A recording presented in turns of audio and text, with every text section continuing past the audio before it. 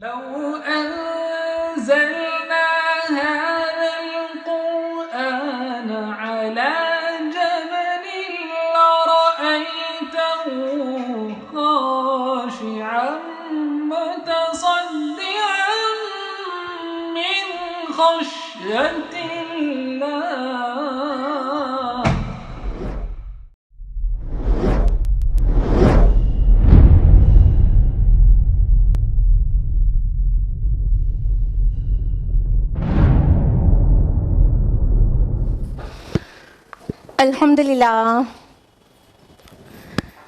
الحمدللہ رب العالمین والصلاة والسلام علی رسولہ الکریم وعلی آلہ واصحابہ اجمعین، اما بعد، واعوذ باللہ من الشیطان الرجیم، بسم اللہ الرحمن الرحیم۔ یا ایھا الناس قد جاءتکم موعظۃ من ربکم وشفاء لما فی الصدور وہدی ورحمۃ للمؤمنین۔ بسم اللہ الرحمن الرحیم۔ رب اشرح لی صدری ویسر لی امری واحلل عقدۃ من لسانی یفقہوا قولی۔ میرے عزیز سامعات، آپ سبھی کا درس قرآن مجید میں تہہ دل سے خیر مقدم ہے۔ السلام علیکم ورحمۃ اللہ وبرکاتہ۔ کیسے ہیں آپ سبھی لوگ؟ الحمدللہ الحمدللہ، ہم بھی بہت اچھے ہیں۔ الحمدللہ، ہم تو اچھے ہیں نا۔ الحمدللہ، ساری تعریف اللہ تعالیٰ کے لیے ہے۔ اللہ پاک کا شکر ہے کہ اچھے ہیں، خیریت سے ہیں، اور اس بات پر بھی شکر ہے کہ آپ سب اچھے ہیں، بخیر ہیں، جو یہاں پر پہنچ پائے ہیں۔ الحمدللہ، اللہ تعالیٰ کرے کہ آپ کو اللہ تعالیٰ مزید عافیت دے، اور اللہ تعالیٰ آپ کے ایمان اور اعمال صالحات میں اضافہ کرے۔ اللہ تعالیٰ آپ کو دنیا اور آخرت دونوں کی سربلندی اور کامیابی عطا کرے، آمین۔ درس قرآن مجید میں کون سی سورہ سٹارٹ ہوئی ہے لاسٹ ویک؟ سورہ طٰہٰ۔ تو لاسٹ ویک ہم لوگوں نے کتنی آیات سورہ طٰہٰ کی جانی تھی تفصیل سے؟ 8۔ تو آج ہم لوگ سورہ طٰہٰ کی آیت نمبر 9 آنورڈز جانیں گے تفصیل سے، لیکن جیسا کہ روایت ہے کہ آگے بڑھنے سے پہلے لاسٹ ویک کا ریویژن، تو لاسٹ ویک کے ریویژن کے لیے تیار ہو جائیے۔ جو لوگ آئے تھے ان کو یاد آ جائے گا، اور جو لوگ نہیں آئے تھے ان کا کور ہو جائے گا۔ اعوذ باللہ من الشیطان الرجیم، بسم اللہ الرحمن الرحیم۔ ہم لوگ ترجمے سے کام چلائیں گے 8 آیات کا۔ آیت نمبر 1 ہے طٰہٰ۔ آیت نمبر 2 ہے ہم نے آپ پر قرآن اس لیے نازل نہیں کیا کہ آپ مشقت میں پڑ جائیں۔ لاسٹ ویک ہم نے آپ لوگوں کو بتایا تھا نا طٰہٰ کس کا نام ہے، اور یہ حروف مقطعات ہے، اس کی تفصیلات بھی بتائی تھیں۔ اور قرآن مشقت میں ڈالنے کے لیے نازل نہیں ہوا، نہ نبی صلی اللہ علیہ وسلم کے لیے اور نہ ہی پوری امت کے لیے۔ اس پہ ہم لوگوں نے بہت تفصیل سے بات کی تھی لاسٹ ویک۔ جن کا مس ہوا ہے وہ یوٹیوب پر تفصیل سے دیکھ سکتے ہیں لاسٹ ویک والا۔ آیت نمبر 3 میں اللہ تعالیٰ نے فرمایا یہ تو صرف یاد دہانی ہے اس کے لیے جو ڈرتا ہے۔ قرآن مجید کیا ہے؟ اٹ سیلف اور ریمائنڈر ہے، وہ یاد دہانی ہے، لیکن اس یاد دہانی سے فائدہ کون اٹھاتے ہیں؟ جن کے اندر خشیت ہے، جو لمن یخشا، جو ڈرتا ہے، جس کے اندر اللہ کی خشیت ہے۔ آیت نمبر 4 میں ہے کہ اس کی تنزیل اس ہستی کی طرف سے ہے جس نے پیدا کیا زمین کو اور بلند آسمانوں کو۔ لاسٹ ویک اس کی تفصیل میں بھی ہم لوگ گئے تھے کہ یہ کس طرح سے ریلیٹ کر رہا ہے فرعون کے ساتھ، اور اللہ تعالیٰ اپنی صفات بیان کر رہا ہے جو فرعون نے اپنے آپ کو پیش کیا ہوا تھا وہاں پر مصر میں۔ آیت نمبر 5 میں ہے کہ یعنی رحمان جو عرش پر متمکن ہے۔ اللہ تعالیٰ نے اپنی بلندی، اپنی اونچائی بیان کی کہ وہ اس ہستی کی طرف سے قرآن نازل ہوا ہے جو تمام زمین اور آسمان کو پیدا کرنے والا ہے، اور اتنا ہی نہیں، بلند آسمان کے اوپر بلند عرش پر وہ متمکن ہے۔ آیت نمبر 6 میں ہے اسی کا ہے جو کچھ آسمانوں میں ہے، جو کچھ زمین میں ہے، جو کچھ ان دونوں کے مابین ہے، اور جو کچھ زمین کے سب سے نچلے طبقے کے نیچے ہیں۔ تحت الثری کی تفصیلات بتائی تھی کہ اس کا مطلب کیا ہے۔ آیت نمبر 7 ہے اور اگر تم بلند آواز سے بات کرو تو یقیناً جانتا ہے چھپی بات کو بھی اور نہایت مخفی بات کو بھی.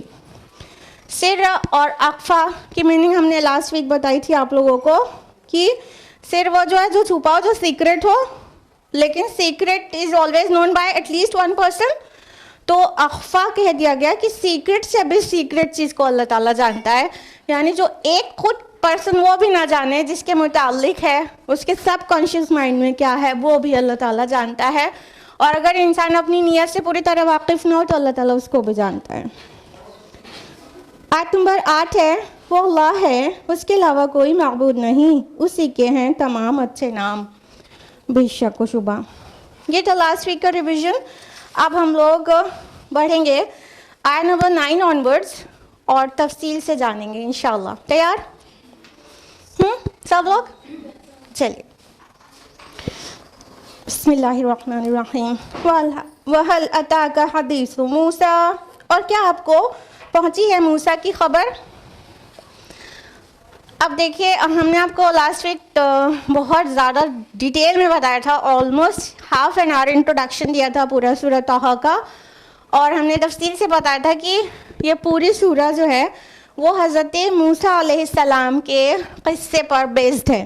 ٹھیک ہے, بہت تھوڑا پارٹ ہے سورہ طٰہٰ کا جو موسیٰ علیہ السلام کے علاوہ کسی اور ٹاپک پر بات کرتی ہے سورہ, اور اکثر حصہ جو ہے سورہ طٰہٰ کا جو کہ آیت نمبر 135 ہے, آیت 135 ہے پوری سورہ میں, تو 135 آیت میں چند آیات موسیٰ علیہ السلام کے علاوہ بحث کرتی ہیں اور اکثر آیات موسیٰ علیہ السلام کے متعلق ہیں.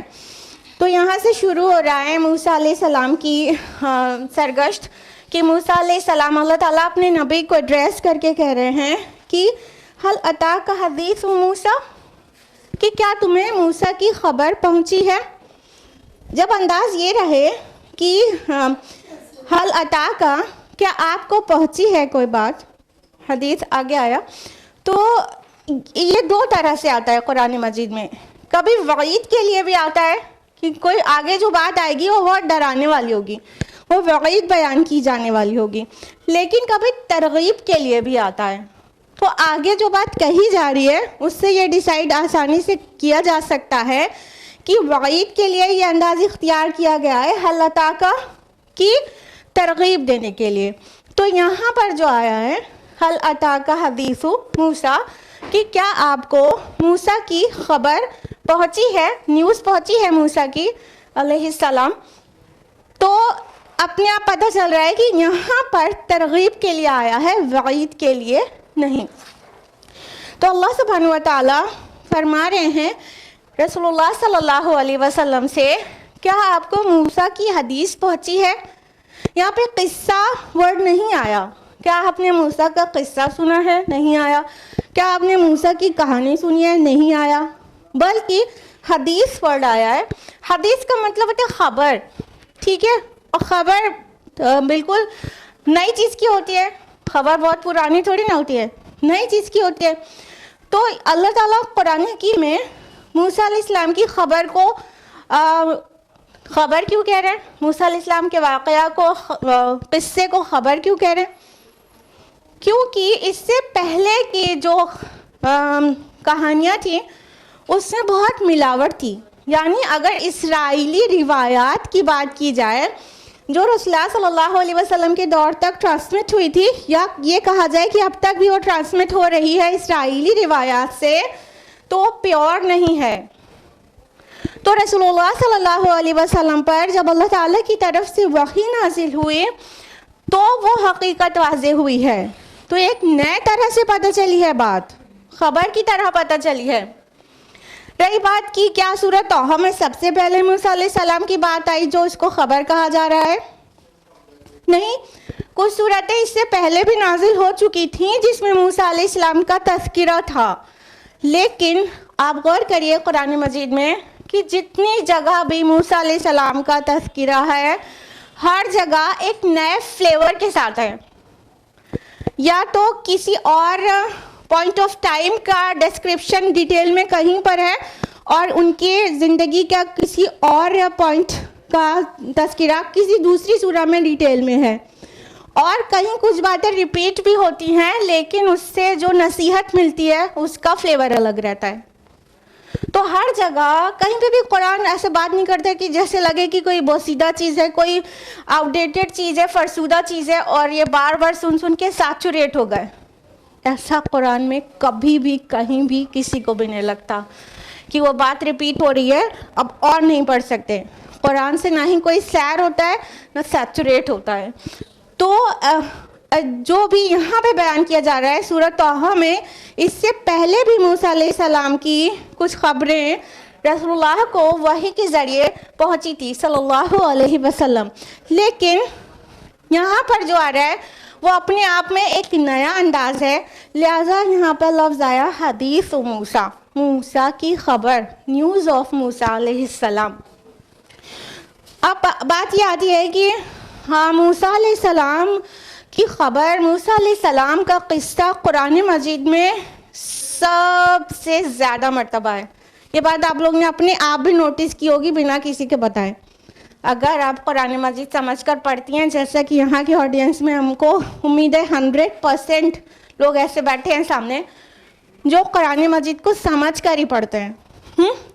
تو اگر آپ کو عربی زبان آتی ہے یا تو ترجمے سے آپ سمجھ کر پڑھتے ہیں تو آپ کو پتہ ہے نا کہ جو رسول, جو نبی سب سے زیادہ ڈسکرائبڈ ہے قرآن میں وہ کون ہے؟ موسیٰ علیہ السلام. تو سوال یہ پیدا ہوتا ہے نا, کبھی آپ نے اپنے آپ سے سوال کیا یا کبھی کہیں سے جاننے کی کوشش کی کہ موسیٰ علیہ السلام کا ذکر قرآن مجید میں سب سے زیادہ بار کیوں ہے؟ سورہ طٰہٰ میں اتنا لمبا, سورہ قصص میں اتنا لمبا, اور سورہ شعراء میں, سورہ اعراف میں, اور نہ جانے کتنی سورتوں میں. کبھی سوچا؟ دیکھیے, جو قرآن مجید جب نازل ہوا ہے تو رسول اللہ صلی اللہ علیہ وسلم سے پہلے کی جو شریعت تھی وہ شریعت موسوی تھی, اور موسیٰ علیہ السلام سے رسول اللہ صلی اللہ علیہ وسلم کے بیچ میں کوئی نئی شریعت نہیں آئی. تو شریعت کے لانے والے موسیٰ علیہ السلام تھے. اس کے بعد جتنے انبیاء آئے ان سب نے موسیٰ علیہ السلام کی شریعت کی پیروی کی ہے, لیکن رسول اللہ صلی اللہ علیہ وسلم جب آئے تو نئی شریعت آئی. تو موسیٰ علیہ السلام کی امت کی جو میراث ہے, جو وراثت ہے, وہ امت محمد صلی اللہ علیہ وسلم کو ملی ہے, منتقل ہو گیا. جو خیر امہ کا خطاب تھا, جو مسلم امہ کا خطاب تھا, وہ موسیٰ علیہ السلام کی قوم جوز یا بنی اسرائیل کہہ سکتے ہیں, ان کو جو ملا تھا وہ ٹرانسمٹ ہوا ہے رسول اللہ صلی اللہ علیہ وسلم کی امت کو. لہٰذا موسیٰ علیہ السلام کے واقعہ میں بہت زیادہ سبق ہے امت محمد صلی اللہ علیہ وسلم کے لیے. تو یہ چونکہ موسیٰ علیہ السلام کی پوری سٹوری, جس میں کبھی بنی اسرائیل کی گفتگو ہے تو کبھی آل فرعون کی ہے, وہ سب بہت زیادہ سبق آموز ہے امت محمد صلی اللہ علیہ وسلم کے لیے. لہٰذا اور اللہ کی نہ جانے کیا کیا حکمتیں ہیں, وہ تو وہی جانے. اللہ تعالیٰ کی حکمت اور مشیت کا احاطہ نہیں کر سکتا کوئی بھی بندہ کہ اس پہ یہی حکمت ہے. یہ تو بس ایک رسائی ہے ذہن کی جو ہو گئی ہے یہاں تک. تو اللہ تعالیٰ نے قرآن حکیم میں موسیٰ علیہ السلام کی تفصیلات سب سے زیادہ رکھی ہے, اور رسول اللہ کی حدیث ہے نا کہ بالکل بنی اسرائیل کو تم بالکل فالو کرو گے, جیسے انہوں نے کیا ویسے ہی تم بھی کرو گے. تو اس طرح کی کئی پیشن گوئیاں ہیں. تو موسیٰ علیہ السلام کی قوم کو اتنا قرآن میں اتنا زیادہ جگہ ملی ہے کہ امت محمد ہر وقت اپنے لیے آئینہ دیکھتی رہے کہ وہ کہاں سٹینڈ کر رہی ہے, وہ چیزیں وہ تو نہیں کر رہے. تو قرآن حکیم میں موسیٰ علیہ السلام کا ذکر بہت زیادہ تفصیل سے ہے, اور اس سورہ میں ہم لوگ جو پڑھنے جا رہے ہیں نہ جانے کتنے ہفتے تک درس قرآن جو چلے گا وہ موسیٰ علیہ السلام اور ان کی ملت کے متعلق ہی ہم لوگوں کا درس چلتا رہے گا بہت ہفتے تک. تو یہاں سے شروع ہو رہا ہے. اللہ تعالیٰ نے فرمایا کیا آپ کے پاس موسیٰ علیہ السلام کی خبر پہنچی ہے؟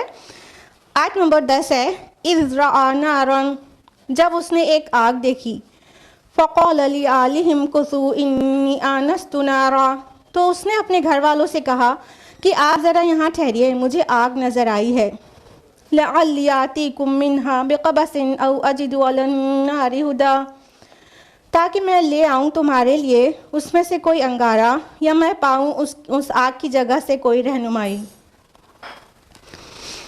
اگلی آیت ہے کہ جب اس نے ایک آگ دیکھی، اب یہ آگ کہاں تھی، کہاں پہ تھے موسیٰ علیہ السلام؟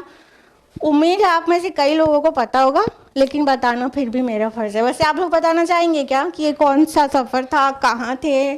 کوئی بتانا چاہے گا؟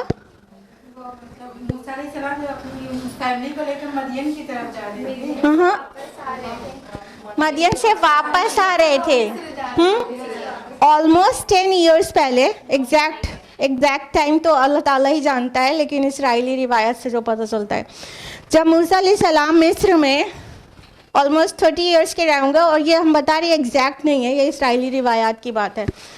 تو ان سے ایک قبطی کا جو جھگڑا، اسرائیلی اور قبطی کا جھگڑا ہو رہا تھا، تو ایک قبطی کو مارا تھا، مکہ، وہ مر گیا تھا۔ تو کیا ہوا تھا کہ آل فرعون پلان کر رہے تھے، اور فرعون اور آل فرعون، کہ موسیٰ علیہ السلام کو قتل کیا جائے گا۔ تو موسیٰ علیہ السلام وہاں سے نکلے تھے اور مدین چلے گئے تھے، اپنی جان بچا کر مدین چلے گئے تھے، اللہ سے توبہ کی، اللہ تعالیٰ نے معاف بھی کر دیا تھا، مدین چلے گئے تھے وہاں آلموسٹ 10 ایئرس، اور یہ 10 ایئرس ہم تحقیق کے ساتھ نہیں بتا رہے ہیں، وہاں کئی سال ان کو مدین میں سٹے کرنا پڑا تھا ان سے بچنے کے لیے۔ پھر وہ کئی سالوں کے بعد وہیں ان کا نکاح ہو گیا، تو اپنی فیملی کو لے کے مدین سے واپس مصر کی طرف آ رہے تھے، اپنی والدہ اور اپنے دیگر رشتہ داروں کے پاس واپس آ رہے تھے۔ تو اس سفر کا یہاں تذکرہ ہے کہ وہ رات تھی اور جاڑے کی رات تھی، بہت تیز ٹھنڈ تھی، اور اپنی فیملی کے ساتھ آ رہے تھے موسیٰ علیہ السلام۔ تبھی ان کو ایک آگ نظر آئی، فرمایا اذ رأى نارا، اس نے ایک آگ دیکھی۔ آگے فرمایا فقال لآلہم کثوا انی آنست نارا، تو اس نے اپنی فیملی سے کہا، اپنے گھر والوں سے کہا، آلہ بہت بار بیوی کے لیے بھی استعمال ہوتا ہے اور پوری فیملی کے لیے بھی، ٹھیک ہے؟ تو انہوں نے اپنے گھر والوں سے کہا کہ ذرا یہاں ٹھہرو، مجھے ایک آگ نظر آئی ہے۔ اس سے پہلے تو رعا نارن آیا، آگ دیکھی، پھر اسی آیت میں آگے چل کے آیا کہ وہ کہتے ہیں انی آنست نارا، میں نے ایک آگ، مجھے ایک آگ کی جھلک نظر آئی ہے، ایک آگ نظر آئی ہے۔ ایکچولی آنستو جو ورڈ ہے وہ انس سے ہے، انس میں انس لفظ یوز کرتے ہیں نا اردو میں، انسیت کہتے ہیں نا کہ ہاں وہ میرے رشتہ دار تو نہیں ہیں بٹ ہمیں ان سے بہت انسیت ہے، افیکشن کو کہتے ہیں نا۔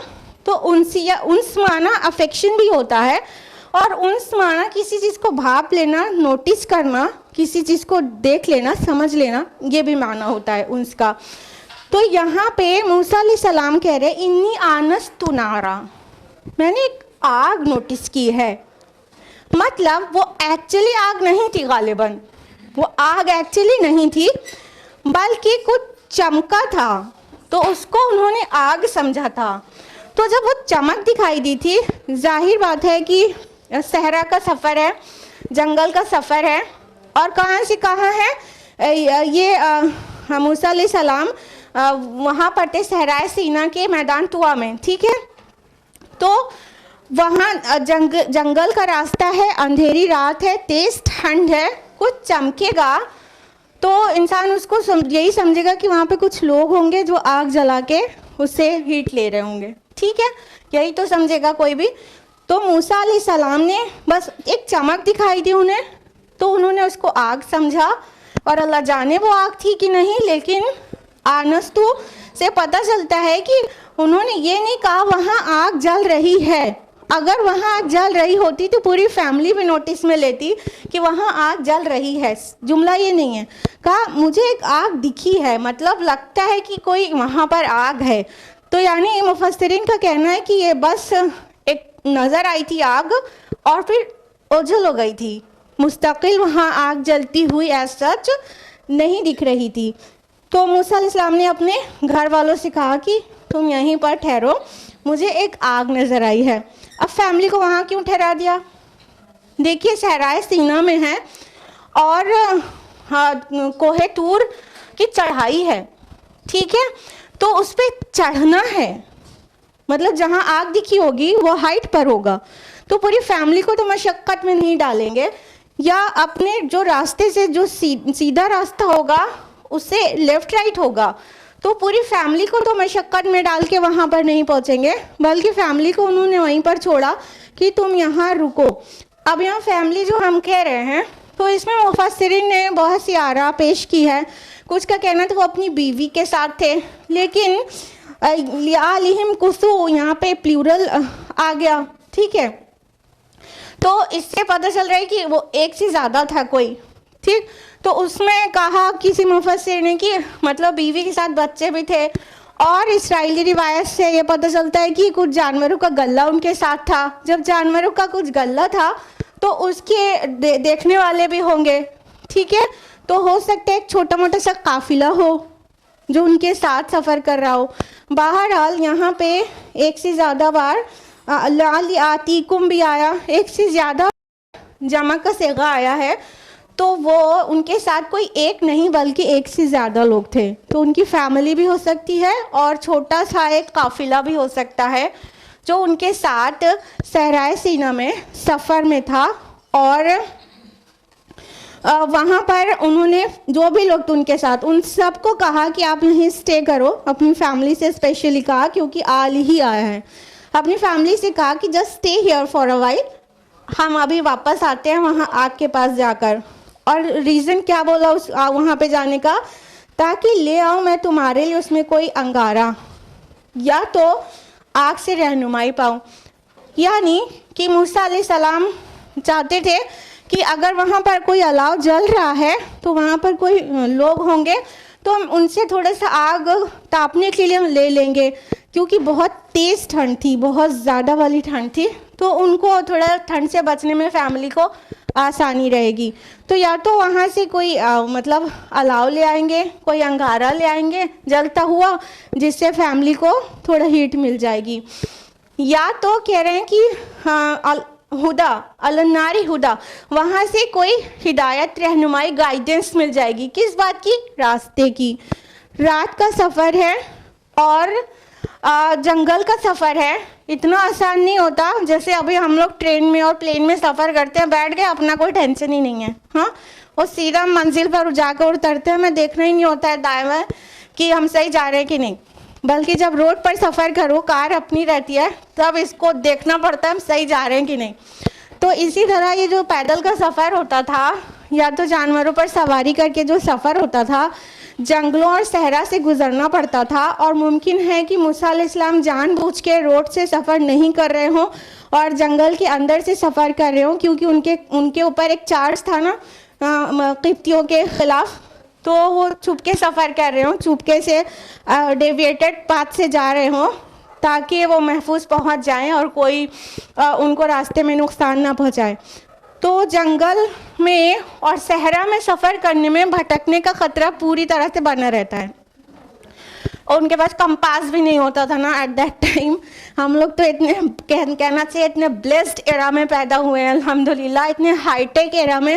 یہ ہائی ٹیک ایرا کو بلیسڈ ایرا کہہ رہے ہیں کہ ہم لوگ کو ہر چیز اویلیبل ہے ایزیلی, تو ہم لوگ بہت آسانی سے زندگیاں گزار رہے ہیں الحمدللہ. لیکن وہاں پہ تو ایسا نہیں تھا. تو موسیٰ علیہ السلام نے سوچا کہ یا تو وہ واقعتاً راستہ بھٹک چکے ہوں گے, ادھر ادھر ہو گئے ہوں گے, یا تو کنفرمیشن چاہتے ہوں گے کہ ہم لوگ بھٹک تو نہیں گئے ہیں, تو وہاں سے کوئی گائیڈنس مل جائے گی. تو اپنی فیملی کو وہاں اسٹے کر کے کہ آپ لوگ یہاں پر ٹھہرو, میں آگ کے پاس جا کر آتا ہوں, یا تو ہم لوگ انگارہ لے آؤں گا میں, یا تو پھر میں وہاں سے راستے کا پتہ معلوم کر کے واپس آ جاؤں گا.